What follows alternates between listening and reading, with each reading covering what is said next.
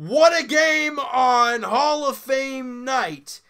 The Leafs looked like Hall of Famers in this one today as they crushed the New Jersey Devils 6-1. And this game, coming into the game, guys, I was looking at scheduling and I was looking at all that kind of stuff. This game is massive. It was so big coming into the game, just for the reason, a couple things. Number one, we know the Leafs have not been great at home. Second of all, they had not won 2 straight games at home this year. Now, only it's very small sample size, obviously, but they haven't won 2 straight at home. That should have happened by now, but it hasn't. And obviously, you come into the game having won your last home game, so you look for that second straight victory today. Also, you play on a back-to-back. We know that we play Boston tomorrow in Boston, so you want to win that first one to kind of give you just give you that like extra breathing room. You lose this today, and then you go to Boston on a back-to-back. That's going to be even more difficult, right? Plus, after that game versus the Bruins, the Leafs go on their West Coast trip in LA, in San Jose, and in Anaheim. I know LA and Anaheim are the same. You guys know what I mean. Kings, Sharks, Ducks. There, make it easy for you. So these next 4 games are going to be hard for many of reasons. Number one, the Bruins are a good team, so it's going to be a dogfight there. Whenever you go out west, I don't care what the teams look like right now on paper, record, I don't care. I know Jonathan Quick's injured for the Kings, and they haven't played well. The Sharks, I'm pretty sure they've been good this year. 8-5-3, meh, not that great. And Anaheim 7-7-3. Record-wise, nothing too crazy, but they're still those teams. You cannot take them lightly. Plus, the time difference for the Leafs, they got to get used to it. It's going to be a grind, those 3 games for the Leafs, but they can do it. They just got to find a way to take it 1 game at a time. And they go out there today against the New Jersey Devils team who has been horrendous defensively on their long road trip they've been on. And the Leafs crush them 6-1. That's what you want to see. Let's go right to the game here, guys. First period, 12:24 in. Everyone chirps Ron Hainsey. I get it. The contract does not really live up to what he gives us for the most part because of his age.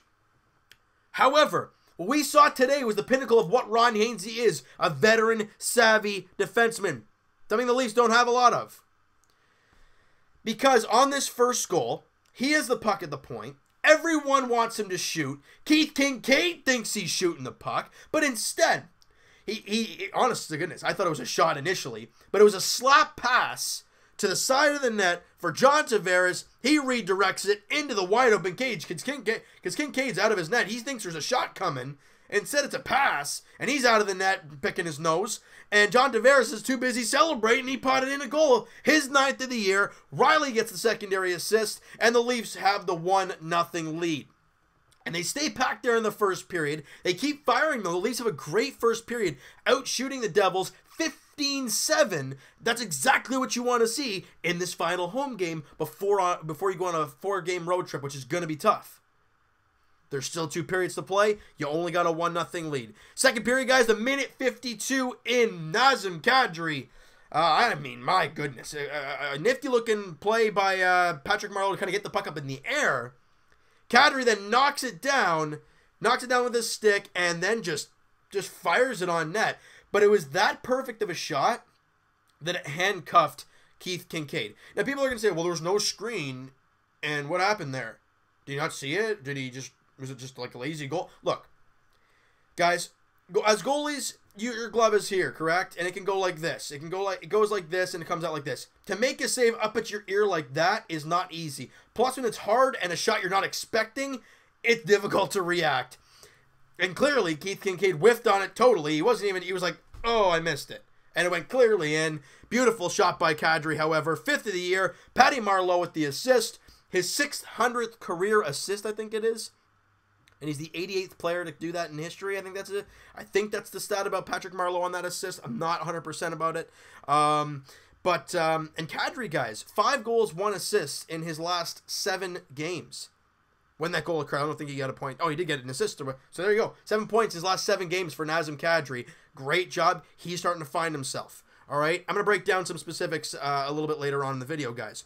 4 minutes after that, Ron Hainsey, again, Nice play to Par Lindholm backdoor, and he starts going around the back of the net, but he sees Connor Brown, and there's a very small window between the legs of the defenseman and to the tape of Connor Brown. And Par Lindholm finds it, and Connor Brown, again, wide open cage to fire it into, and he does. Leafs got a 3-0 lead. We're only 5 minutes into the second period. Things could get real ugly for the Devils really quickly. However, 2 minutes after the Connor Brown goal, Travis Zajac scores, making it a 3-1 game. And after that, the Leafs don't play all that well. They were giving up a lot of shots. They weren't really firing. Their legs looked like they were in cement. But then the Leafs, Jake Gardiner more or less, comes down the right wing, tries to get their shot on net. It hits one stick, another stick. Somehow Kincaid keeps that out, but not Connor Brown. Andreas Johnsson gets body position on his defender and butts in the rebound for his first goal of the year. You know he's ecstatic because he's like, thank goodness I get off the snide. And the Leafs get that goal they get that goal back, and the momentum just swings back in the Leafs' favor. Gardner and Par Lindholm, second assist of the game for him. And the Leafs have a 4-1 lead. And like I said, all the momentum swings again, because with 2 minutes after that, with under 3 minutes to play, Morgan Rielly just at the blue line. I mean, they try to get the puck out, Mirka Mueller, and doesn't put much effort on it, doesn't play hard at all. Morgan Rielly keeps it in and just fires it at the net. And 3 guys kind of crisscross in front of the goalie. You don't want to do that because he can't see squat. It ends up in the back of the net. The night for the Devils just can't get any worse. We'll get to how it did in a second. And the Leafs got a 5-1 lead at the end of 2. By the way, Nazem Kadri gets the only assist on that Morgan Rielly goal. His 7th goal of the year for Morgan Rielly. What a great start to his year he's had. Third period, guys, rolls around. At this point, you just want to be able to stay packed, play for Freddie, and Tyler Ennis, guys. I mean, what a night for him. We'll get to him in a second here. But a nifty move down low from him. He forechecked the play to create the turnover. He gets the puck down low, and quick hands. He looked like Buffalo Sabres Tyler Ennis there. Nifty hands down low. Quick little move to get around the defender, and then just roofs it in tight on Keith Kincaid. His second goal of the year, unassisted, and the Leafs got a 6-1 lead. It was close to being 7-1, but technically a high stick from Patrick Marleau. They call it back, and 6-1 final Leafs win. Now, if you guys do not look at the shots in the second and third period and tell me the Leafs played poorly. Do not do that. When they are down by so many goals, they need to do that. The Leafs are up by 4 at the end of 2. They're up by 5 midway through the third period. They don't need any more offense. They just got to play the rush, dump and chase. They got some offense. All right, should be able to weather the storm. And Frederik Andersen, guys, continues to be amazing. He was great there again tonight. 1 goal on 39 shots, 38 saves. Coming into the game, guys, 2.18 goals against and a .929 save percentage. You put that with the game today, Freddie Andersen, guys, has put up a really good start to his season. What a great job for Freddie. Now, something I wanted to talk about, like I said, off the top, I told you guys the positives about what winning this game would mean for this team moving forward. Another thing helped in the game for this team moving forward. The fact of getting this big lead allows Mike Babcock to just smoothly go through his 4 lines and 3 sets of defensemen and let them go. Don't fire with your main line there. When it's a tight game, you're a first, second, you don't play a 4th line. The other guys are playing so much. But the fact you were up so much, you were able to just kind of keep it going and let them play. And that is nice because you have a back-to-back tomorrow against Boston. And how good, I mean, I talked about in the last video about how good the 3rd line was for the Leafs. How good were the 3rd and 4th lines today? I thought the GOAT was pretty good. Ennis was on fire in the... Look, like I said, he looked like Buffalo Sabres Tyler Ennis in this game. All over the puck, being grindy in the corners, getting some nice offensive plays. How much... guys, I don't think there's a stat for it. But 3rd and 4th lines, how much time of possession or offensive zone time did those guys have tonight? It was remarkable.